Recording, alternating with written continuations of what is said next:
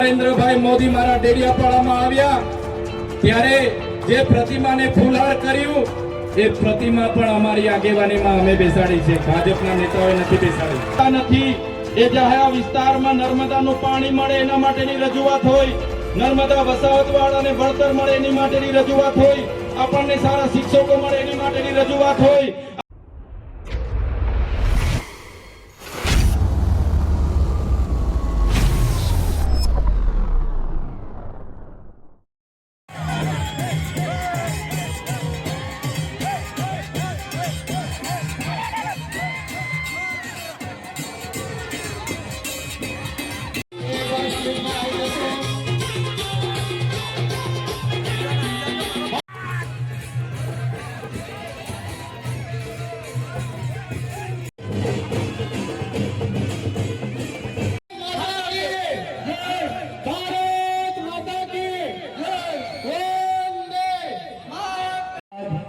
माननीय धारासभ्य साहेब श्रीनो मित्रों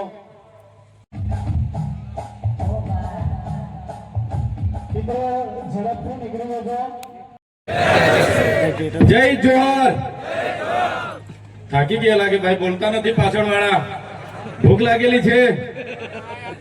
આપણા નેતા જે કાકા છે ને, કાકાના માણસો પણ અહીંયા આવ્યા છે વિડિયો બનાવવા માટે। પછી કે છે લોકો તો હતા પણ દમ નહોતો, સૂત્રમાં કોઈનો દમ નહોતો એવું કે છે। થોડા જોરથી બોલો, આપણો અવાજ પણ એમના ત્યાં સુધી પહોંચે એવું।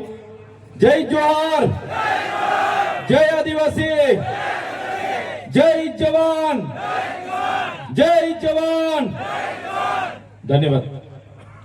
આજના ગુજરાત જોડો જનસભામાં મારી સાથે ઉપસ્થિત આમ આદમી પાર્ટીના યુવા નેતા અને વિદ્યાર્થીઓના હર હંમેશ સાથી એવા યુવરાજસિંહ જાડેજા, સાથે મારા સાથી મિત્ર અને નર્મદા જિલ્લાના આમ આદમી પાર્ટીના પ્રમુખ એવા નિરંજનભાઈ વસાવા, સાથે છોટાઉદેપુર જિલ્લાના આમ આદમી પાર્ટીના પ્રમુખ એવા રાધિકાબેન રાઠવા, સાથે નસવાડીના સંખેડા વિધાનસભાના પ્રભારી એવા રંજનભાઈ, સાથે નાનુભાઈ નસવાડી તાલુકાના પ્રમુખ એવા ઈશ્વરભાઈ, સાથે યુવા આગેવાન એવા રસિકભાઈ અને મંચસ્થ ઉપસ્થિત તમામ આગેવાનો, વડીલો અને સાથે મારી સામે ઉપસ્થિત થયેલા મારા પિતા તુલ્ય મારા વડીલો, મારા માતા તુલ્ય મારી માતાઓ, યુવાનો અને ભૂલકાઓ બધા માટે એકવાર જોરદાર તાળીઓ પાડી લઈએ આપણે।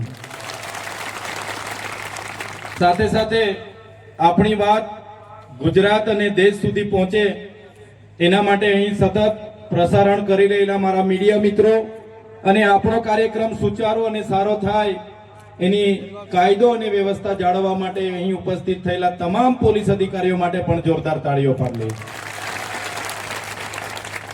સાથીઓ, હમણાં આગળના કોઈ વક્તાએ કીધું કે મનરેગા યોજનાનું નામ બદલી નાખવામાં આવ્યું છે, ત્યારે હું વધારે નહીં કહીશ, પણ જે પ્રકારે મનરેગા કૌભાંડો થયા, મનરેગામાં ભ્રષ્ટાચારો થયા, શરૂઆત આપણા છોટાઉદેપુર, નર્મદા અને ભરૂચથી આપણે એ મુદ્દાને ઉઠાવ્યો અને મનરેગાના કૌભાંડો જ્યારે એમના નેતાઓ, એમના પુત્ર, મોટા મોટા નેતાઓ, એ ભાજપના મંત્રી તંત્રીઓ અને કોંગ્રેસના પ્રદેશ ઉપાધ્યક્ષ એવા નેતાઓ જેલોમાં જવું પડ્યું, ત્યારે આજે દેશમાં મનરેગા યોજનામાં જે મહાત્મા ગાંધીના નામે યોજના હતી એને બદલીને એમના કૌભાંડો છુપાવવાનું કામ કર્યું છે। ત્યારે આ સરકારને કહેવા માંગીએ છીએ, મનરેગાનું નામ બદલવાથી અમે તમારા કૌભાંડો ભૂલી નથી જવાના, આવનારા દિવસોમાં તમને એનો જવાબ મળી જવાનો છે। એમણે નામ બદલ્યું, જી રામજી રાખ્યું। આપણા વડીલો બધા કહે છે રામજી તો સૌના હૈયામાં વસે છે, પણ કૌભાંડોમાં એમના નામનો ઉપયોગ જ્યારે આ ભારતીય જનતા પાર્ટી કરે છે, આવનારા દિવસોમાં એ ભારતીય જનતા પાર્ટીને સત્તામાંથી આપણે બધાએ જાકારો આપવાનો છે। સાથીઓ, હમણાં અમારા ડેડિયાપાડામાં દેશના વડાપ્રધાન શ્રી નરેન્દ્રભાઈ મોદીજી આવ્યા। દેશના વડાપ્રધાન શ્રી જ્યારે આપણા વિસ્તારમાં આવતા હોય એમને આવકારીએ છીએ। એ આવતા હોય એટલે ખર્ચા પણ થાય, પણ જે પ્રકારે એમના ભાજપના નેતાઓ, એમના અધિકારીઓએ ખર્ચા ઉતાર્યા અને આદિવાસી ગ્રાન્ટ પૂરી કરી આદિવાસી બાળકોના સિકલ સેલના બીમારીથી પીડાતા બાળકોના ફૂડ બિલના પૈસા હોય, આશ્રમ શાળામાં ભણતા બાળકોના ફૂડ બિલના પૈસા હોય, કુપોષણથી પીડાતા બાળકોના ફૂડ બિલના પૈસા હોય, આંગણવાડી બાંધકામના પૈસા હોય, શિક્ષણ સારું મળે એના પૈસા હોય, રોડ રસ્તાના પૈસા હોય. અને એ આદિવાસીઓના પૈસા જ્યારે આવા તાઇફામાં વપરાતા હશે ત્યારે ચૈતરભાઈ વસાવા એના માટે બોલશે. ચાહે સીએમ નો કાર્યક્રમ હોય કે પીએમ નો કાર્યક્રમ હોય, એનો હિસાબ અમે માંગીશું. એનો હિસાબ આપવો પડશે. કેમ કે એ પૈસા કોઈ ભારતીય જનતા પાર્ટીના કમલમમાંથી નથી આવતા. એ પૈસા કોઈના નેતાના પોતાના ઘરેથી નથી આવતા. એ પૈસા અમારી જનતાના ટેક્સમાંથી આવે છે. એક એક રૂપિયાનો અમે હિસાબ લઈશું. સાથીઓ, તમે વિચાર કરો, એવો તો કેવો પ્રોગ્રામ હશે. 7,83,00,000 રૂપિયાની બસો કરવી પડી. એવો તો કેવો કાર્યક્રમ હશે. 2,40,00,000 રૂપિયાના મોબાઈલ ટોયલેટ મંગાવવા પડ્યા. એવો તો કેવો પ્રોગ્રામ હશે કે 8,38,00,000 નું સ્ટેજ બનાવવું પડ્યું. એવો તો કેવો કાર્યક્રમ હશે કે 7,83,00,000 નો એ લોકોએ મંડપ બનાવવો પડ્યો. એવો તો કેવો કાર્યક્રમ હશે કે 2 કરોડ રૂપિયાનો એમને ડોમ બનાવવો પડ્યો. એવો તો કેવો કાર્યક્રમ હશે કે 2,51,00,000 રૂપિયાનું પાર્કિંગ કરવું પડ્યું. એવો તો કેવો કાર્યક્રમ હશે કે 2 કરોડના સમોસા માટે ખર્ચા કરવા પડ્યા. એવો તો કેવો કાર્યક્રમ હશે 2 કરોડની ચા પીવડાવી દેવામાં આવી. એવો તો કેવો કાર્યક્રમ હશે કે 50 લાખનું પાણી પીવડાવી દેવામાં આવ્યું. આ તમામ પૈસા એ આદિવાસીઓના વિકાસ માટેની ગ્રાન્ટ હતી, એમાંથી વાપરવામાં આવ્યા. ત્યારે આ ભારતીય જનતા પાર્ટી એમના અધિકારીઓને અમે કહેવા માંગીએ છીએ, અમારા લોકોના વિકાસ માટેના પૈસા હતા, તમારે એક એક રૂપિયાનો હિસાબ આપવો પડશે. હિસાબ અમે લઈશું. ત્યારે તમે જોયું હશે, ગૌરવ દિવસ તો અમે પણ નેત્રંગમાં ઉજવ્યો તો કે નથી ઉજવ્યો? એમણે કીધું કે દેશમાં મોદી લહેર ચાલે છે, મોદીના નામથી લાખો પબ્લિક ઉમટી પડે છે. જ્યારે નરેન્દ્રભાઈ મોદી મારા ડેડિયાપાડામાં આવ્યા ત્યારે જે પ્રતિમાને ફૂલહાર કર્યું, એ પ્રતિમા પણ અમારી આગેવાનીમાં અમે બેસાડી છે, ભાજપના નેતાઓએ નથી બેસાડી. દેશના વડાપ્રધાનને અમારી પ્રતિમાએ ફૂલહાર કરવા આવવું પડે એ મજબૂરી તમે જેવા લોકોએ પેદા કરી છે. ત્યારે અમે નેત્રંગમાં પણ અમે લોકોને આહવાન કર્યું, પ્રેમથી કીધું કે ભાઈ પોતાના ખર્ચે નેત્રંગમાં પહોંચી જવાનું છે. નરેન્દ્રભાઈ મોદીની સભામાં 12 થી 15,000 લોકો હતા, એ પણ કર્મચારીઓ પોલીસ સાથે, અને નેત્રંગ ખાતે લાખો આદિવાસીઓ ભેગા થઈ ગયા આપણા એક અવાજથી. ત્યારે આજે ભાજપના નેતાઓને ચિંતા છે. આજે અમે દાહોદમાં જઈએ, છોટાઉદેપુરમાં આવીએ, કે આજે અમે પંચમહાલમાં જઈએ, ત્યારે એના નેતાઓ અમારા ગયા પછી અમને ગાળો ભાંડે છે ને. ચૈતર વસાવા અહીંયા આવ્યા કેમ? ચૈતર વસાવા શું કરી આપવાના છે? આવું બધું બોલે છે કેમ કે ભાજપના નેતાઓને ખબર પડી ગઈ છે કે હવે ચૈતર વસાવા સાથે આ વિસ્તારના લોકો જાગી ગયા છે, અને આવું ચાલશે. આવનારા દિવસોમાં એ લોકોના ગરબા ઘરે જતા રહેવાના છે. ગભરાઈ ગયા છે. ત્યારે લોકોને કહેવા માંગુ છું, અમારે એટલા માટે આ વિસ્તારમાં આવવું પડે છે. 30 વર્ષથી ભારતીય જનતા પાર્ટીને અહીંની લોકોએ મત આપીને તમને સરકારમાં મોકલ્યા છે. આજે નર્મદા વિસ્થાપિતોના 19 ગામોના લોકોને તમે ત્યાં જઈને વાયદો આપ્યો તો. જ્યારે નર્મદા વિસ્થાપિતના લોકો કેવડિયામાં ધરણા પર હતા, અહીંના ધારાસભ્ય, અહીંના સાંસદ અને અમારા સાંસદ બધા ત્યાં પહોંચીને અમારા નર્મદાના લોકોને એમણે વચન આપ્યું હતું કે તમને અમે સિંચાઈનું પાણી મફત આપીશું, તમને વીજળી મફત આપીશું, અને ઘરમાં એક વ્યક્તિને કાયમી નોકરી આપીશું. ત્યારે નર્મદાના વિસ્થાપિતોને આજે ગાંધીનગર 50 ધક્કા ખાવા પડે છે, પણ આજ દિન સુધી એક પણ લાભ નથી મળ્યો. એનો જવાબ એમણે આપવો જોઈએ. એમનો જવાબ કેમ નથી આપતા?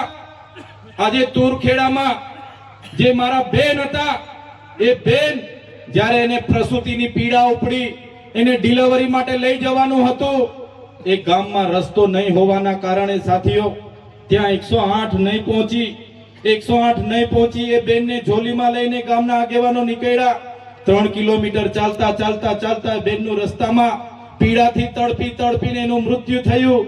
એક નાના બાળકને જન્મ આપીને માતા ગુજરી ગયા. ત્યારે અમે ઘરે ગયા, એ બેનને મળ્યા, એના પરિવારને મળ્યા અને એ બેનના પરિવારનું નાનું બાળક અમે જોયું. જ્યારે એની દુઃખ અમે મહેસૂસ કરીએ છીએ ત્યારે આ વિસ્તારમાં આવીને એ વિસ્તારના લોકોનો રોડ બને એના માટે અમે આવીને તમને રજૂઆત કરીએ છીએ. અહીંના નેતાઓ કહે છે કે ચૈતર વસાવા તુરખેડા કેમ આવ્યા? તો આ તુરખેડાના લોકોને આજ દિન સુધી તમે તમારા મત બેંક તરીકે ઉપયોગ કર્યો છે. એ બહેનોને ક્યારે તમે પોતાની બહેનો માની નથી. આ વિસ્તારના લોકોને ક્યારે તમે પોતાના લોકો માન્યા નથી. એટલા માટે જ આજે પણ તમે રસ્તા બનાવ્યા નથી. અને એ લોકોનું દુઃખ જ્યારે અમે મહેસૂસ કરીએ છીએ ત્યારે અમે દોડતા આવીએ છીએ એમના દુઃખમાં સહભાગી થવા માટે. તમે કેમ ત્યાં નથી જતા? તમે કેમ રસ્તા નથી બનાવતા? ત્યારે એ નેતાઓને કહેવા માંગુ છું, જે દિવસે તમારી પોતાની બેન, જે દિવસે તમારી પોતાની દીકરી આ પ્રકારની એમ્બ્યુલન્સ ન પહોંચવાથી ઝોલીમાં લઈ જતા જતા મૃત્યુ પામશે ને, તે દિવસે તમને ખબર પડી જશે કે આ વિસ્તારના લોકોનું દુઃખ શું છે. આ વિસ્તારના લોકોને જે હેરાનગતિ થાય છે.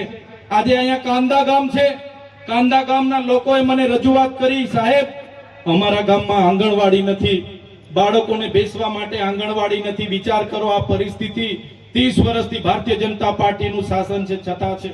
કોના પાપે? તો જે નેતાઓને આપણે ચૂંટીને મોકલીએ છીએ એ નેતાઓ પોતાની સરકાર હોવા છતાં એ સરકારની વાહવાહી કરે છે, આપણા લોકોનું સાંભળતા નથી.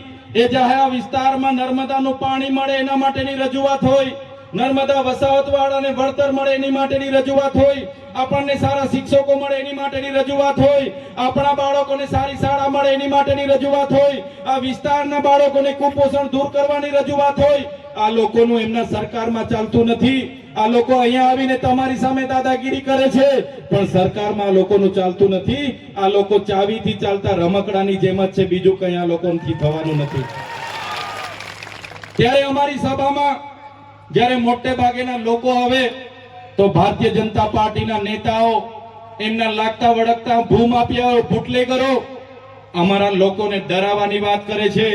કહે છે કે ભાઈ આજે તમે ચૈતરભાઈ વસાવાની સભામાં કેમ ગયા હતા? કેમ તમે ભાષણ સાંભળવા ગયા?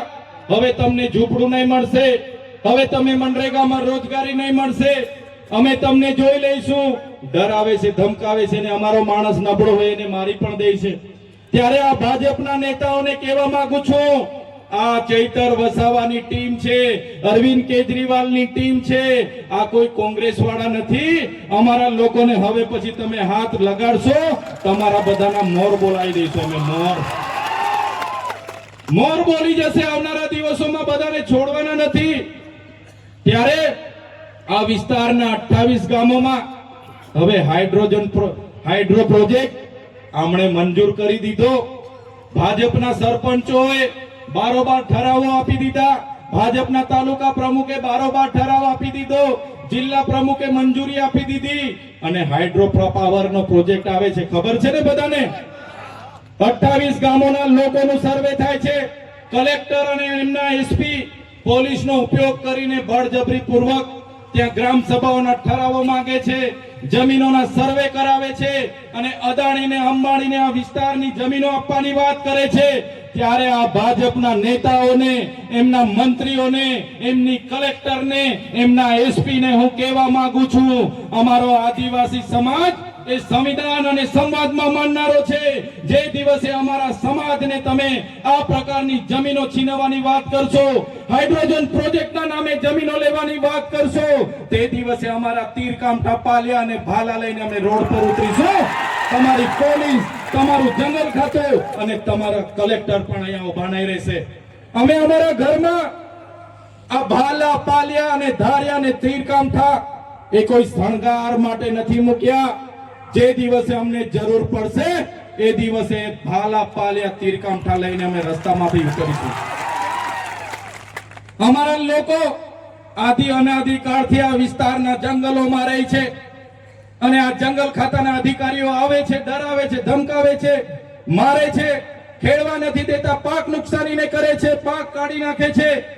ત્યારે જંગલ ખાતાના અધિકારીઓને પણ કહેવા માંગુ છું, તમારું જંગલ ખાતાનો સંરક્ષણ ધારો અંગ્રેજો દરમિયાન 1865 માં બન્યો, તમારું જંગલ ખાતું 1927 માં બન્યું. અમારો આદિવાસી આદિ અનાદિ કાળથી હજારો વર્ષથી અહીંયા રહે છે. તમારી સરકાર પણ નહોતી, તમારું જંગલ ખાતું પણ નહોતું, તમારું પોલીસ ખાતું પણ નહોતું. એના પહેલા આદિવાસી અને જંગલ અહીંયા હતા અને એ જંગલો અમારા આદિવાસીઓએ સાચવેલા છે. ત્યારે આજના મંચ પરથી જંગલ ખાતાવાળાને પણ કહેવા માંગુ છું, કાન ખોલીને સાંભળી લે. અમારા ખેડૂતોના બાકી પેન્ડિંગ દાવાઓ છે તાત્કાલિક ધોરણે મંજૂર કરી દે. જેટલા પણ અમારા ખેડૂતો જંગલની જમીન ખેડે છે એમને હેરાન કરવાનું બંધ કરી દે. નહીં તો જે દિવસે અમે આ રસ્તા પર ઉતરીશું ને તે દિવસે તમારું જંગલ ખાતું પણ અહીંયા નજરે નથી પડવાનું. અમે આઝાદીમાં લડત આપી, અમે ગુરુ ગોવિંદજી અમારા માટે લડ્યા છે, આદિવાસી માટે રૂપસિંહ નાયક લડ્યા છે, ભૈજી બારિયા લડ્યા છે, બાબલિયા બારિયા લડ્યા છે, અમારા માટે રવજી નાયક લડ્યા છે, અમારા માટે બિરસા મુંડા લડ્યા છે, અમારા પૂર્વ ટાટિયા મામા ખાદ્યા નાયક લડ્યા છે, અમારા માટે ઝલકારી બાઈ લડ્યા છે. જે પણ આઝાદીના લડતમાં અમારું યોગદાન હતું, આઝાદી પછી પણ અમારું યોગદાન એટલું બધું છે. અમે નર્મદા ડેમોમાં અમારી જમીનો આપી, અમે એની નહેરોમાં જમીનો આપી, આ વિસ્તારના રોડ રસ્તામાં જમીનો આપી, કોરિડોર અને નેશનલ હાઈવેમાં જમીનો આપી, અમે સ્ટેચ્યુ ઓફ યુનિટીમાં જમીનો આપી, અમે તમામ જગ્યાએ દેશના વિકાસ માટે જમીનો આપી. અને આજે અમારા લોકોને ફરી વિકાસના નામે વિનાશ તરફ લઈ જવાની વાત કરશો તો આ વિસ્તારમાં હવે સંવિધાન અને સંવાદની વાત નથી, આ વિસ્તારમાં હવે આરપારની લડાઈઓ કરવા માટે અમે તૈયાર છે. જે દિવસે જરૂર પડશે અમે અમારા ઓજારો સાથે ગાંધીનગર તરફ પણ કૂચ કરીશું અને અમને જરૂર પડશે એ દિવસે ગાંધીનગરમાં નેપાળવાડી કરવા માટે પણ અમારી તૈયારી છે. અમે કોઈનાથી ડરતા નથી અને અમારા તમારા જેવા ખાણ માફિયાઓ બુટલેગરો ના સહારે અમારું કમલમ અમારું ચાલતું નથી. ત્યારે આ વિસ્તારોમાં મનરેગા નામે કૌભાંડો થયા, નલ સે જલના નામે કૌભાંડો થયા, આપણા બાળકોને શિષ્યવૃત્તિ મળે એના માટે અમે અવાજ ઉઠાવ્યો, આ વિસ્તારમાં રોડ રસ્તા બને એના માટે અવાજ ઉઠાવ્યો, નર્મદાના લોકોને વળતર મળે એના માટે અવાજ ઉઠાવ્યો, કેવડિયામાં જ્યારે ઝૂંપડા તૂટતા હતા એના માટે અવાજ ઉઠાવ્યો. આ વિસ્તારના લોકોનો અવાજ અમે સડકથી લઈને સદન સુધી બોલીએ. એટલે આ ભારતીય જનતા પાર્ટીની સરકારને એમના નેતાઓને ગમતું નથી. સાથીઓ, તમે બધાએ જોયું હશે, અમને પણ જેલોમાં મોકલવામાં આવ્યા. એક વાર નથી, ચૈતરભાઈ વસાવા પર 19 વાર ખોટી એફઆઈઆર કરવામાં આવી છે. છતાં ચૈતરભાઈ વસાવા એટલા હિંમતથી લડે છે, એટલી તાકાતથી લડે છે કેમ કે ચૈતરભાઈ વસાવા સાથે તમારા જેવા વડીલો અને યુવાનો માતા બહેનો આશીર્વાદ. હમણાં પણ મને જેલમાં નાખવામાં આવ્યો. મને રાતે મારી ડેડિયાપાડાથી પોલીસ દ્વારા પકડવામાં આવ્યો, બળજબરીપૂર્વક ખેંચીને મને જીપમાં બેસાડવામાં આવ્યો. મને રાજપીપળાની જૂલી જેલમાં રાખવામાં આવ્યા. મારા સાથી મિત્રો, મારા કાર્યકર મિત્રો, એ નિરંજનભાઈ વસાવા હોય, રાધિકાબેન રાઠવા હોય, અમારા નાનુભાઈ હોય, અમારા ઈશ્વરભાઈ હોય, અમારા જિગ્નેશભાઈ લોકો રાતે આવ્યા. એમને કીધું, ડીએસપી સાહેબ ચૈતરભાઈનો ટિફિન લઈને આવ્યા છે, ચૈતરભાઈના કપડા લઈને આવ્યા છે, અમને મળવા દો. પોલીસે રાતે પણ અમને જમવા નહીં દીધા, અમારા કપડા નહીં આપવા દીધા. બીજા દિવસે મામલતદારમાં રજૂ કરવાના હતા, ડેડિયાપાડાની કોર્ટમાં રજૂ. સામાન્ય બાબતમાં મને સેશન કોર્ટમાં લઈ જવામાં આવ્યો. સેશન કોર્ટમાં મારા વકીલો, ચૈતરભાઈના વકીલ છે, એમનો કેસ લડવા આવ્યા છે, અમને જવા દો. છતાં કોઈ વકીલને કોર્ટમાં નહીં આવવા દીધો. કોર્ટમાં નહીં આવવા દઈને મને જામીન રદ કરવામાં આવ્યા. મને રાજપીપળા જેલમાં નાખવાની જગ્યાએ સાથીઓ બરોડાની સેન્ટ્રલ જેલ, પાકા કેદીઓની જેલ, સયાજીરાવ ગાયકવાડે બનાવેલી જેલ, અંગ્રેજો વખતની જેલમાં એક નાની કોટડીમાં મને પૂરી દેવામાં આવ્યો. બહારથી કોઈ ટિફિન નહીં, કોઈ બિસ્તરો નહીં, કોઈ કપડા નહીં. બહારના મારા ઘરવાળા મળવા આવે, મારા કાર્ય પરવાનગી નહીં. ખૂબ વેતનાઓ આપી, ખૂબ ત્રાસ આપ્યો. એમણે કીધું તમારા જામીનો 3 મહિના કે 3 વર્ષમાં પણ નથી થવાના. તમે ભારતીય જનતા પાર્ટી સામે કેમ બોલો છો? તમે આદિવાસીઓ માટે કેમ લડો તમે ખેડૂતો માટે ભાવ વધારવા માટે કેમ લડો છો? તમે નર્મદાના વિસ્થાપિતો માટે કેમ લડો છો? તમે નર્મદાનું પાણી છોટાઉદેપુરને મળે એના માટે કેમ લડો છો? તમે લડવાનું છોડીએ, પણ તમારા બધાના આશીર્વાદ હતા એ લોકો સામે મેં ઝૂક્યો નથી અને 80 દિવસમાં છૂટીને તમારી વચ્ચે આવ્યો છું. આટલી બધી વેદનાઓ મારે એટલા માટે કેવી પડે કે તમારા વેઠવી પડે છે, અમારા પરિવારોએ જેલો વેઠવી પડે છે, અમે વેદના વેઠીએ છીએ, દુઃખ વેઠીએ છીએ, છતાં ભારતીય જનતા પાર્ટીની તાનાશાહી સામે ઝૂકતા નથી, કેમ કે અમે રહેવાના છે. અમે ધારાસભ્ય નહોતા ત્યારે પણ કેવડિયાના લોકો માટે લડ્યા છે, છોટાઉદેપુરના લોકો માટે લડ્યા છે, નર્મદાના લોકો માટે છે, અને ધારાસભ્ય નહીં હોઈશું તો બી ગુજરાતની આદિવાસી જનતા માટે આ ચૈતર વસાવા છેલ્લા શ્વાસ સુધી લડવાના છે. તમે જોઈ લો સાથીઓ, એક અઠવાડિયું નહીં, એક મહિનો નહીં, વાર પર વાર, તારીખ પર તારીખ, તારીખ પર તારીખ, તારીખ પર તારીખ, 80 દિવસથી વધારે મને જેલમાં એકલો કોટડીમાં રાખવામાં આવ્યો. મારા મોબાઈલો જપ્ત કરી લેવામાં આવ્યા, મારા લોકોને ડરાવવામાં આવ્યા, ધમકાવવામાં આવ્યા, અમને પણ ડરાવવામાં આવ્યો. પછી પણ મેં નહીં ડર્યો, મારા જામીન થયા, હું જેલની બહાર આવ્યો. જેલની બહાર આવ્યો, મારા આ બધા આગેવાનો મને લેવા માટે આવ્યા.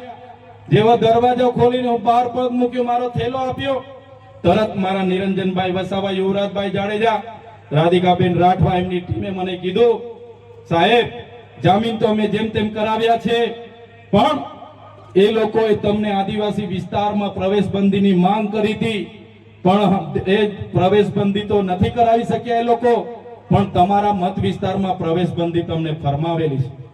મારા વડીલો, મારી માતા બહેનો, તમે મારી સામે બેઠા છો, તમે વિચાર કરો, જે ડેડિયાપાડા અને સાગબારાની જનતાએ મને 1 લાખથી પણ વધારે મત આપ્યા, આટલી નાની ઉંમરમાં મારી હેસિયત કરતા પણ વધારે મને જવાબદારી આપી, મને ધારાસભ્ય બનાવ્યો, અને એ જનતાના સુખ અને દુઃખમાં મારે નહીં જવાનું, એ જનતા માટે કામ કરવા મારે ડેડિયાપાડા નહીં જવાનું. ડેડિયાપાડામાં મારી ઓફિસ, ડેડિયાપાડાનું બોગજ મારું ગામ, ત્યાં મારું ઘર, મારો પરિવાર પણ મારે નહીં જવાનું. એ લોકો આજે હું રાજપીપળા રહીને મારા નર્મદાના લોકોના કામ કરું, છોટાઉદેપુર આવીને છોટાઉદેપુરની જનતાના કામ કરું, દાહોદમાં જઈને દાહોદની જનતાના કામ કરું. આજે પણ એમના પોલીસના ઉચ્ચ અધિકારીઓ, ભાજપના મોટા મોટા નેતાઓ મને આજે પણ કહે છે, તમે રાજપીપળા દાહોદ અને ફરવાનું બંધ કરી દેજો, નહીં તો આવનારા દિવસોમાં અંબાજીથી ઉમરગામના વિસ્તારથી તમને હથપાર કરાવીશું.